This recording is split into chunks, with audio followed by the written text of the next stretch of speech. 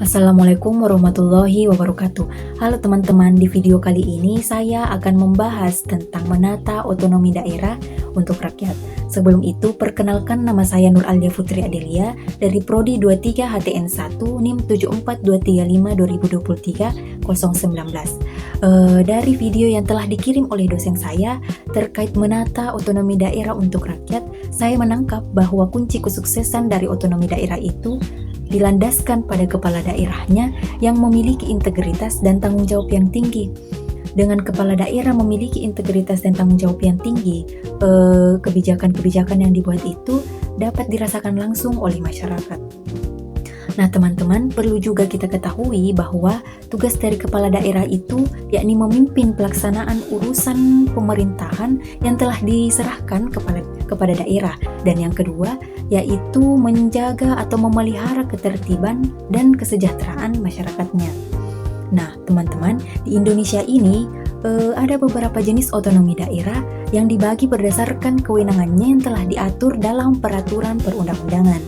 Otonomi ini memberikan hak kepada daerah otonom untuk mengurus urusan pemerintahannya sendiri.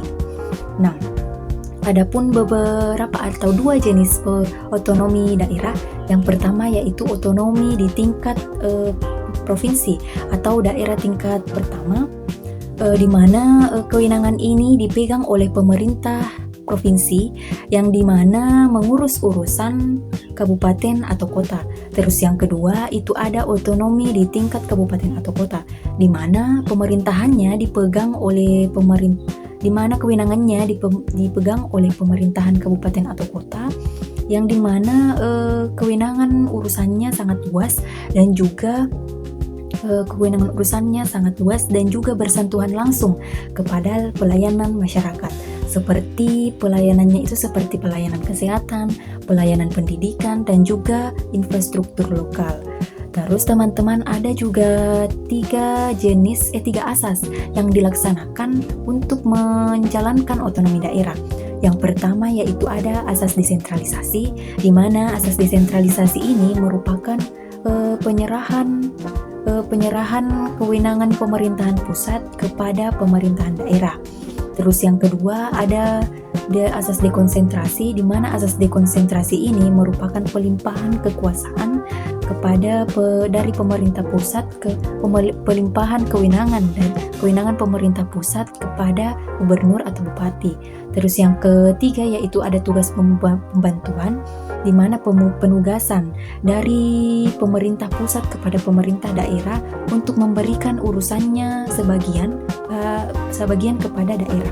Nah, adapun manfaat atau nilai yang saya peroleh dari video tersebut, di mana peran kepala daerah sangat penting dalam menghadapi berbagai tantangan. Yang pertama yaitu tantangan dinamika geopolitik, di mana ketegangan geopolitik ini dapat mempengaruhi atau berdampak langsung pada kestabilan ekonomi dan rantai pasok daerah, di mana kepala daerah perlu mengamankan wilayahnya, perlu mengamankan atau menjaga wilayahnya agar khususnya pada ketersediaan pangan dan ekonomi lokal. Terus yang kedua yaitu terkait program prioritas nasional, di mana kepala daerah ini perlu memastikan agar program prioritas pemerintahan pusat itu berjalan secara merata dan juga tepat sasaran. Terus yang ketiga ada harapan masyarakat, di mana kepala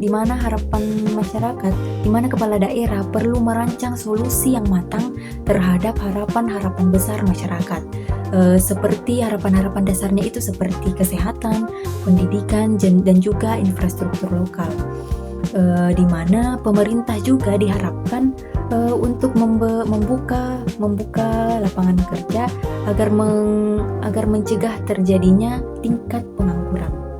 Pendapat saya, agar otonomi daerah ini dapat mewujudkan otonomi daerah yang lebih baik dan mewujudkan kesejahteraan masyarakat, perlu dilakukan evaluasi, yakni evaluasi kinerja penyelenggaraan pemerintahan daerah Yang kedua, evaluasi terkait kemampuan penyelenggaraan otonomi daerah, evaluasi daerah otonom baru, dan juga partisipasi dan keadilan sosial, di mana perlu dipastikan bahwa partisipasi masyarakat itu, keikutsertaan masyarakat itu sangat penting dalam perencanaan pembangunan atau musrenbang, dan juga mencegah terjadinya ketimpangan antara wilayah dan kelompok yang rentan di daerah tersebut, dan tindakan ke evaluasi otonomi daerah ini sangat penting untuk memastikan bahwa kewenangan-kewenangan yang dilimpahkan atau diserahkan kepada otonomi daerah itu berjalan secara merata dan tepat sasaran.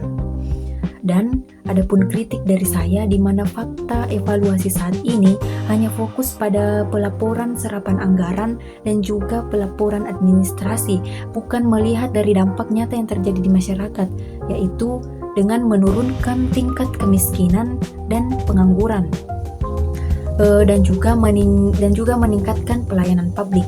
Terus adapun saran dari saya di mana otonomi daerah perlu fokus pada dampak nyata yang terjadi di masyarakat, di mana evaluasinya perlu diubah dari fokus pada pelaporan administrasi menjadi titik berat kesejahteraan masyarakat, di mana membuka lapangan kerja dan menurunkan angka atau tingkat pengangguran di daerah tersebut. Baik, sekian dari video saya. Wabillahi taufiq wal hidayah. Wassalamualaikum warahmatullahi wabarakatuh.